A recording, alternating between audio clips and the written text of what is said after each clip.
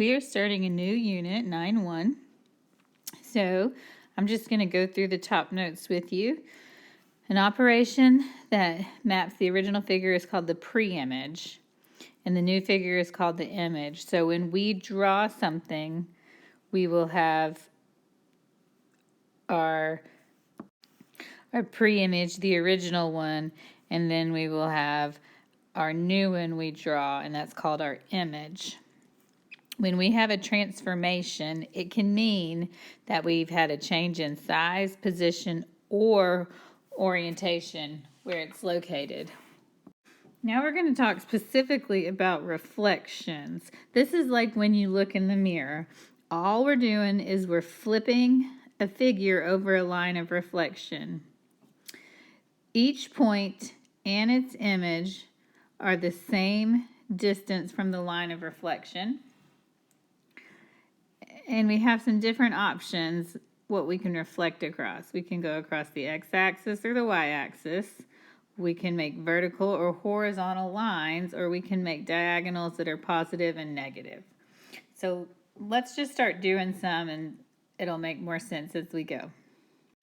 There are a lot of rules when we are doing a reflection, and some people do better when they just look at the picture and reflect. Some people do better with rules. So I'm going to explain them and we'll go from there.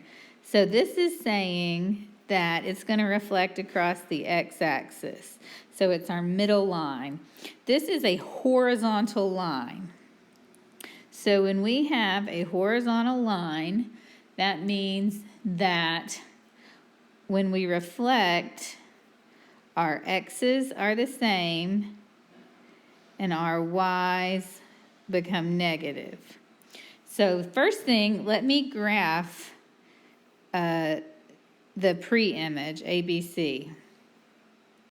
So this is the triangle that the pre-image makes. If I was going to reflect it across the yellow line, to get to that I went up 1, so I'm going to go down 1 right here. To get to, I need to write these, to get to B, I had to go up 7. So from that line, I'm going to go down 1, 2, 3, 4, 5, 6, 7. That's C prime, B prime, and then A is just 2 across. So all I did was look at that picture. Oops, that's not a very good line. I looked at that picture and just made a reflection picture. So if you can do that, that's fine. If your brain doesn't work like that, I told you that the x's stay the same. So -4, 4, and 5. And the y's become negative. So that +2 becomes negative, -7, -1. And then you could just graph those points if that makes more sense to you. So when I have a line on this one, it says we're doing the y-axis. So this is a vertical line. So when I have a vertical line, the opposite's going to happen. The x will be negative and the y will be the same. So let me go ahead and graph the pre-image. So there's my pre-image. So if I'm going to reflect, let's start with that P. It's over 2, so I'm going to go over 2 the other way and up 1. So that's where the P prime would be. The Q is straight up above, 2 away right there. The R, it's right on that line, 7 over, so I'm going to go -7 over, keep it on the 0 line. And the S is on the far side, 1, 2, 3, 1, 2, 3. So there is the reflection. So I can do it that way, or I could have just, all my y's stay the same. So 2, 5, 3, 0, and then -1. I gotta make these -2, -8, -7.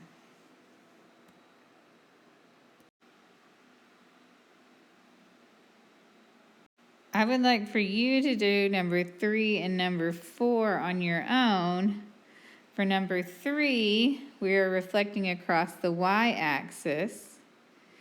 So this is a vertical line, which means that the x will be negative and the y will be the same.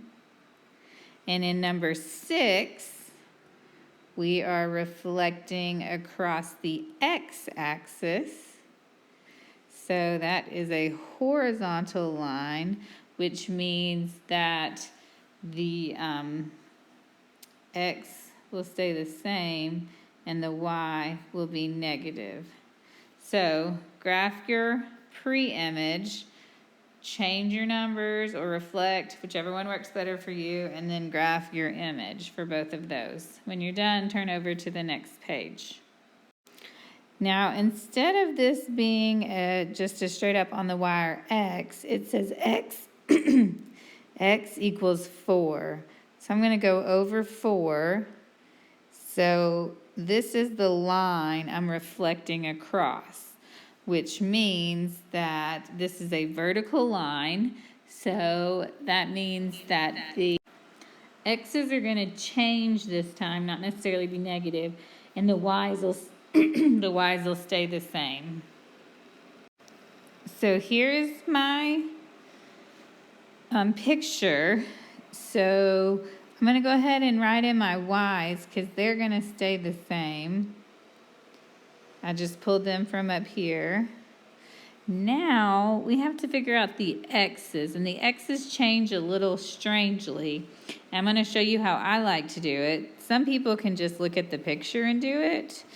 But I'll show you the mathematical way, and then you can do either way. So when I look at the letter J, our 4 is where the line is. So I'm going to start at a 4, and the J is on a 1. To get to from a 4 to a 1, I had to subtract 3. So in order to get my new J, I'm going to do the opposite and add 3. 4 plus 3 is 7.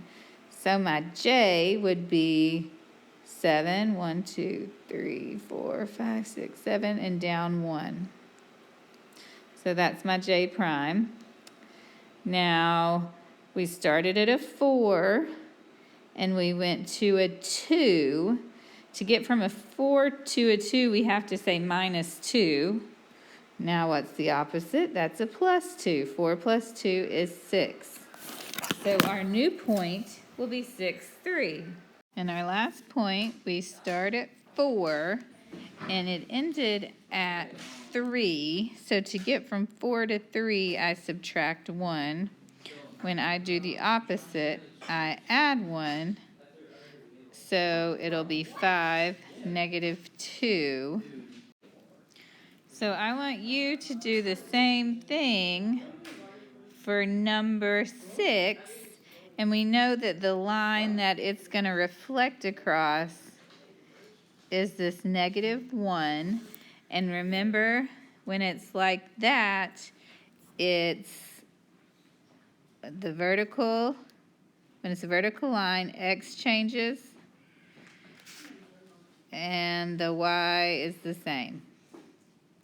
So after you do that one, look down here at number 7. This time we're reflecting at y equals 2. So we're going to reflect across this line. Since we're reflecting across a horizontal line, the x stays the same and the y will change. So let's go ahead and write all our x's down because they're going to stay the same. -4, -2, 6, and 4. And I'm going to go ahead and graph the original picture. All right, let's figure out what our y's are. If we start our line at 2, and we got to -4. To do that, we subtracted 6, so I'm going to have to add 6, so that would be an 8, -4, 8. So for the next one, we started at 2, we ended at 0, so that means we subtracted 2. So 2 plus 2 is 4. So let's graph that. All right, for the next one, we started at 2 and we ended at 1. So we subtract 1. 2 plus 1 is 3. And the last one, we started at 2 and ended at -3. That means we subtracted 5. So this time we got to add 5. That would give me 7. So there's our reflection. I need you to do the same thing for number 8. Number 8. Our line is -5. 1, 2, 3, 4, 5. So this is our reflection line. And graph it and reflect. And remember, since we're going side to side, it's going to be the same as this over here. The X is the same, the Y changes. When you're done, look down at number 9. When we have Y equals X, we know that it's going to be a positive diagonal.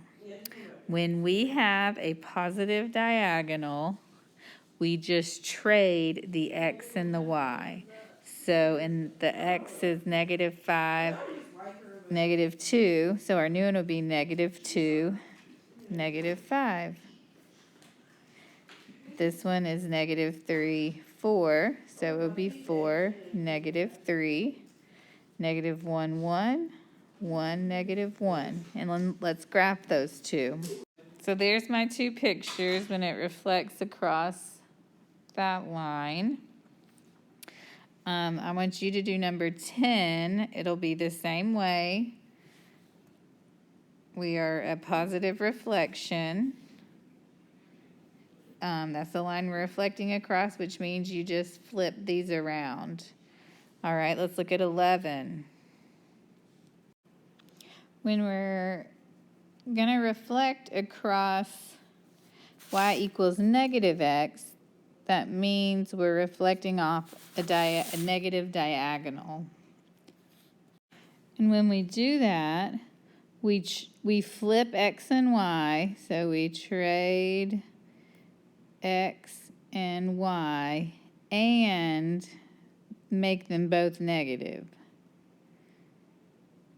Make both negative.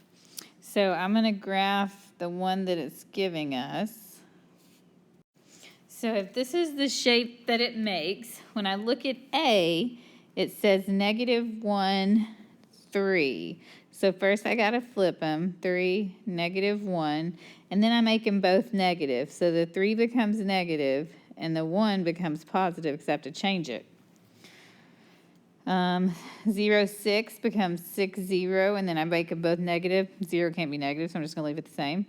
5, 3, make them negative. 2, 2 is just 2, 2, -2, -2. So when I graph these, it should be a reflection across that yellow line. And there's our reflection one. So I need you to do the same thing with number 12. We're reflecting across that negative diagonal. And so remember to switch their places and change their sign, and you'll be able to graph those. So do that. Do the ones I told you to. Thanks.